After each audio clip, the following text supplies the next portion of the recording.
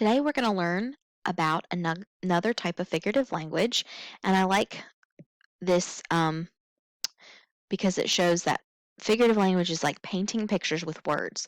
So instead of painting with a drawing or drawing something, you can actually explain what something looks like using words. And another type of figurative language that we're going to learn about today is hyperbole. Hyperbole is an extreme exaggeration used for humor or to make a point.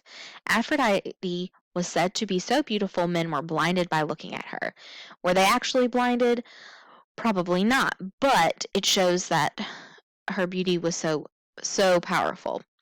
The man in the seat next to me weighed as much as an elephant. Now, he doesn't weigh actually as much as an elephant, but they're trying to show that the man was very large.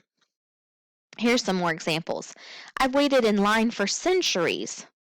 Now, centuries would be more than 100 years. That's not true, but you're exaggerating to show you've been waiting for a long time. I'm so hungry I could eat a horse. Probably couldn't eat a horse, but it shows that you are so hungry. There are millions of things for you to do. I'm sure you probably have heard that from your parents in this remote learning when you're saying, I'm bored. There are a million things for you to do. Maybe not actually a million, but probably pretty close. So they're just saying there's a lots for you to do. He ran faster than the speed of light. This one is a comparing, so a metaphor and a hyperbole can be like a hyperbole can be a metaphor. They're comparing him running to the speed of light, and we know how fast light is. So they're saying he is super fast. He probably is not as fast as light. And the last one is my book bag weighs a ton. Probably doesn't actually weigh a ton, but it weighs a lot. You can see hyperbole in poems. Hyperbole poem, small as a peanut, that is a simile. Big as a giant, another simile. We're all the same size when we turn out the light. Rich as a sultan, poor as a mite, we're all worth the same when we turn out the light. Now, again, they're using similes, but they're using those similes as hyperbole. So they're not saying actually how small it is. They're saying it's so small that it's a peanut small, which a person would not be at the size of a peanut. So they're using hyperbole in their simile. Now, this is a review of the different types of figurative language that you've learned about. And also, it's not just important to be able to identify the type of figurative language, but to explain why the author used it and what it actually they're trying to say the meaning is. So, pause your video, see if you can figure out these 5, and then come back and check for your answers.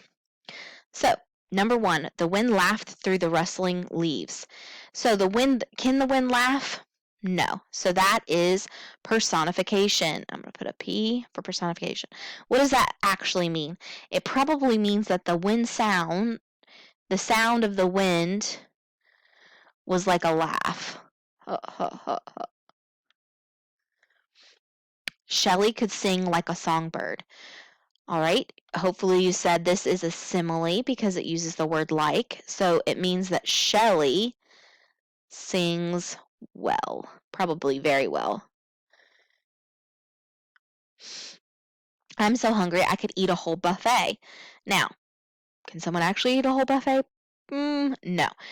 But we can say that's hyperbole because they're showing how hungry the person is. Now, the person is very hungry. The snow was a white blanket on the lawn. All right, so comparing the snow to a white blanket. They're not using like or as, so you should have said metaphor. What does that mean? That the snow covered the lawn. Probably very evenly. John waited 1,000,000 years for the letter to arrive. Is he really waiting 1,000,000 years? No, that's probably hyperbole. To show that he's waiting a long time.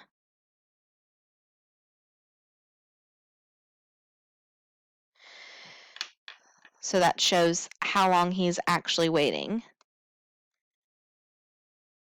There is another one. Let's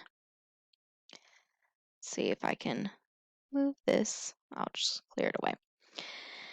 Shelley is a mouse when it comes to confronting others. So this one Shelly is a mouse is a metaphor because they're comparing, not Shelly, sorry, Sheila to a mouse, and they're not using like or as. So she's probably very timid, like shy.